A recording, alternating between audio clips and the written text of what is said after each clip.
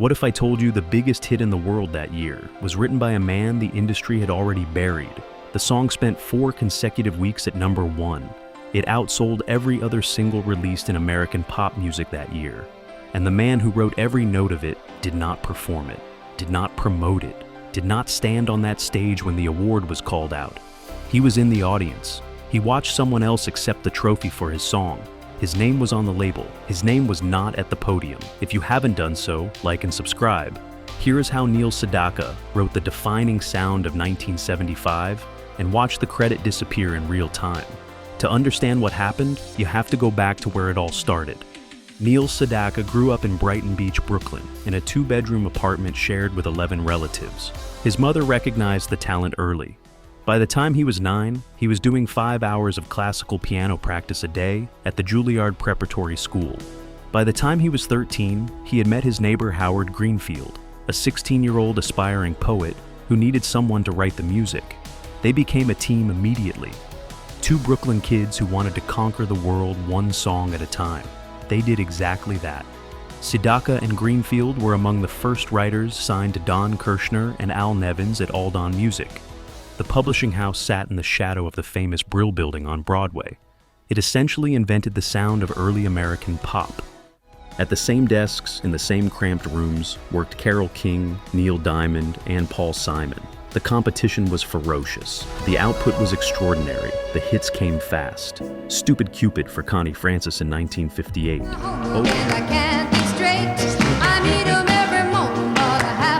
Oh Carol in 1959.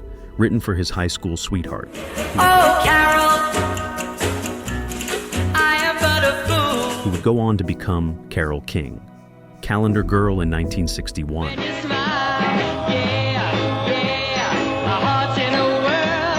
Happy Birthday, Sweet 16, the same year. Then the big one.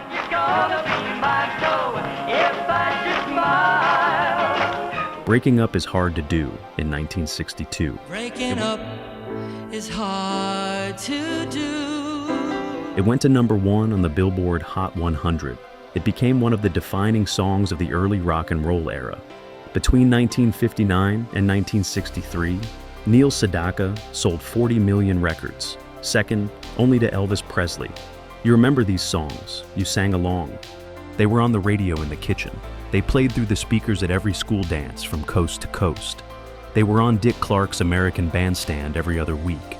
The teenage pop market belonged to Sedaka and Greenfield, and it felt like it always would. And then, the Beatles landed. The British invasion hit American pop like a wrecking ball. Almost overnight, the Brill Building sound, that polished, melodic, teenage heartbreak formula that Sedaka had perfected, became irrelevant. Radio programmers stopped returning calls. RCA Victor lost interest. The hits dried up. By 1964, Neil Sedaka's recording career in America was effectively finished. He spent 13 years in what he later described as the wilderness. He never stopped writing. That is the detail that matters. While other artists from his era simply faded away, Sedaka kept working. He moved his family to England in 1971, where the nostalgia for his early sound had not yet curdled into indifference. He played small clubs. He recorded albums that barely registered back home. He wrote songs that no one in America was listening to yet. One of those songs was Love Will Keep Us Together. Sedaka and Greenfield wrote it in 1973.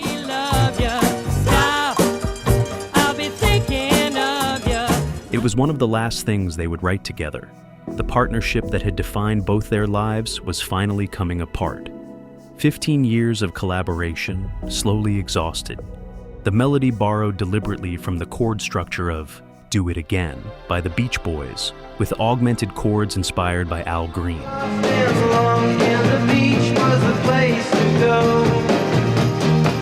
Sedaka wrote the melody with Diana Ross in mind. She never recorded it. Sedaka released the song on his British album, The Tra-La Days Are Over, in 1973. It did not chart in America. The following year, he included it on his American comeback compilation, Sedaka's Back. But he did not release Love Will Keep Us Together as a single. He had already issued it in France. Here with your heart and you won't hear a sound. liked other tracks better. He moved on. He had no idea what was about to happen to it. But here is the turn. Daryl Dragon and Tony Tennille met in 1971. Dragon was the keyboard player for the Beach Boys. His habit of wearing a captain's hat had already earned him the nickname that would define his career. Tennille was a singer and pianist who had co-created a musical and hired him to play in the pit band. They fell in love. They went into business together. In 1974, they got married and started looking for a song that could launch them. Tony Tennille heard Neil Sedaka's recording of Love Will Keep Us Together. Don't mess around, you just gotta be strong, just stop. And she stopped cold. She knew immediately this was the song. Dragon was not convinced. He wanted their debut single to be I Write the Songs. The track had been written by Beach Boy Bruce Johnston. It ended up on the album, but was never issued as a single. By the following year, Barry Manilow took it to #1. But that is a different story. In 1974, Tennille won the debate. They recorded Love Will Keep Us Together and landed a deal with A&M Records. Here is what nobody tells you about what they did to that song. They did not simply cover it, they rebuilt it. The original Sedaka recording was sparse and functional, bare-boned, demo-ish. Dragon and Tennille brought in legendary session drummer Hal Blaine, one of the most recorded musicians in the history of American pop. They kicked the tempo into something dizzy and irresistible. Tennille's three sisters sang background harmonies. The keyboards piled in with a kitchen sink, extravagance the original never had. Tennille herself operated on a strict one-take philosophy. She recorded her lead vocal in a single pass and refused to revisit it. That rawness, the sense of a live performance caught in one unrepeatable moment, became the emotional engine of the track. And then, buried in the fade-out, she sang 4 words that Sedaka had never written into the song. Sedaka is back. It was spontaneous, a tribute from the performer to the songwriter, who had just handed her a #1 record. It was generous, it was sincere. And in retrospect, it may be the most bittersweet 4 words in the history of the 1970s. Because Sedaka was back. His name was on the label. His songwriting credit was real, documented, and uncontested. He would earn royalties every time the song played. But what he would not have, what he would never quite have, was the moment itself. Love Will Keep Us Together was released in April of 1975.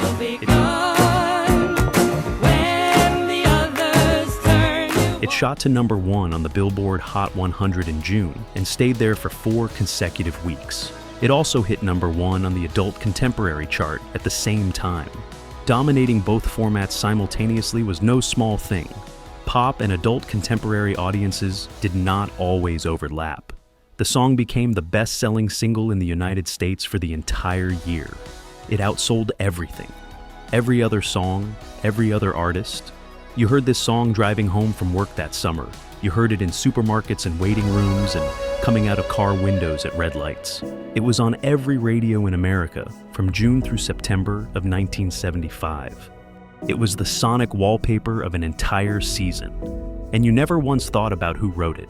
That was Neil Sedaka's melody, every note, every chord change. The structure he and Howard Greenfield assembled in that last push before their partnership dissolved.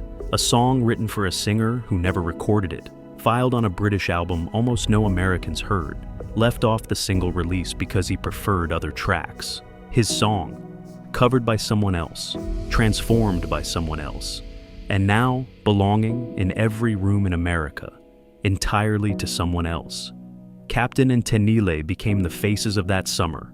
Their television appearances multiplied. Their personalities, warm, wholesome, genuinely likable, made them the perfect American pop couple for the mid-1970s. The success of Love Will Keep Us Together launched a run of hits.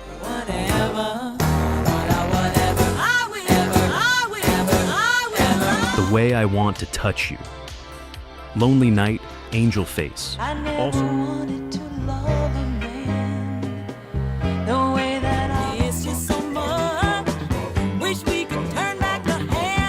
Also written by Sedaka, a detail most people were never told.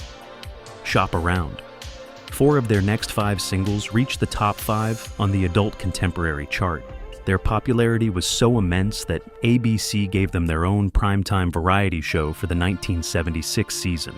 Their debut album went to number 2 on the Billboard 200. They were everywhere Sedaka was not, and Sedaka was in the room. That is the detail that cuts the deepest. On February 28, 1976, the Grammy Awards were held. Love Will Keep Us Together was nominated for Record of the Year. Keep us together. Said it before and I'll say it. It competed against Lion Eyes by the Eagles and At 17 by Janice Ian. Neil Sedaka had been nominated separately in the Song of the Year category as co-writer, alongside Howard Greenfield. He was also scheduled to appear on stage as a presenter during the ceremony. But here is the kicker. Record of the Year is not given to the songwriters. Record of the Year goes to the performers and the producers. When Love Will Keep Us Together won, Daryl Dragon and Tony Tennille walked to the podium. Neil Sedaka watched from the audience.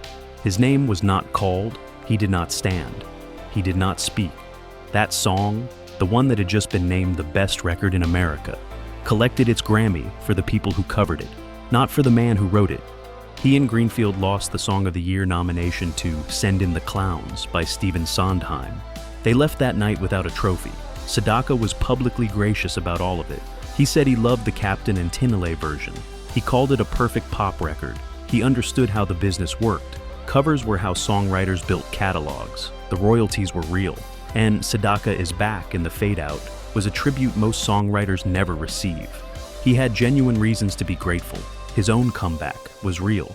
Laughter in the Rain had reached number 1 in February of 1975. Bad Blood hit number 1 in October of the same year.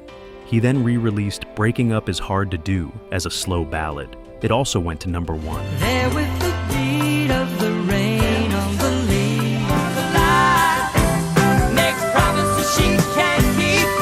We've been through, and you know that breaking up.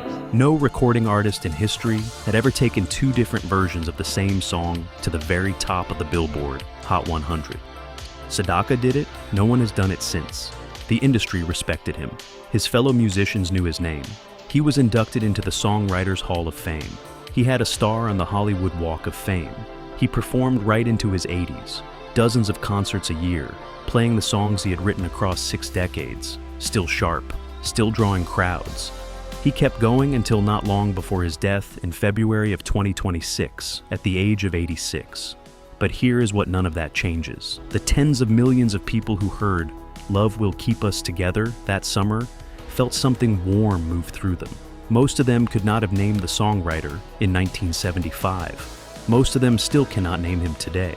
They associate the song with Tony Tennille's voice, with Daryl Dragon's keyboards, with the image of 2 people in matching outfits singing about staying together forever. And here is the irony that sits underneath all of it. Captain and Tennille were gracious. They put Sedaka Is Back in the fade out. They did not hide the songwriter. They gave him a shout out in front of the entire country on a record that everyone would hear for the rest of the decade. And it made almost no difference to how the song lived in the public imagination. The song simply belonged to them. No amount of generosity could change that once it happened. The song has been streamed more than 125 million times on Spotify alone. It plays in restaurants and shopping centers and in the background of television commercials. Every time it plays, Neil Sedaka's estate receives its royalty check. And almost no one listening knows his name is on it. Howard Greenfield died in 1986. Sedaka outlived him by 40 years. But the song, their final Brill Building miracle before the door closed, kept going without either of them. It will outlast everything. Think about what that actually means. Greenfield never saw the song reach 125 million streams. He never saw it attached to commercials and movie trailers and nostalgia specials. He wrote the lyric to a melody his partner built for a singer who never recorded it in the last months of a 15-year friendship. He typed the words, he handed them over, and then life moved on and took the song somewhere neither of them planned. That is the version of the story most people never get told. Not the Grammy, not the number 1, not the chart run, the room where it was actually written. 2 men ending a partnership, trying to get one more good thing down before the door closed. And they did. They got one more good one. It just happened to be the biggest hit of the decade. Neil Sedaka is not a tragedy. He lived a full, celebrated, enormously productive life in music. He came back when no one expected him to. He built a legacy most songwriters would have traded anything for. But the Grammy belongs to Captain and Tennille. The cultural memory belongs to Captain and Tennille. For most people, in most rooms, the name that lands when that melody plays is not the name of the man who wrote it. That is the music business. It was always the music business. And the next time you hear that opening piano, the next time those harmonies kick in, stop for 1 second. Think about who built that. Neil Sedaka, a Brooklyn kid at a Juilliard piano, writing a melody for a singer who never called him back. With a partner he was about to lose. He put everything into that song, and then he sat in the audience and watched someone else take the trophy home. Now you know whose song it actually is. If that story hit you the way it should, go ahead and hit the like button. Subscribe if you haven't already. And to my subscribers, you are the reason this keeps going. You rock.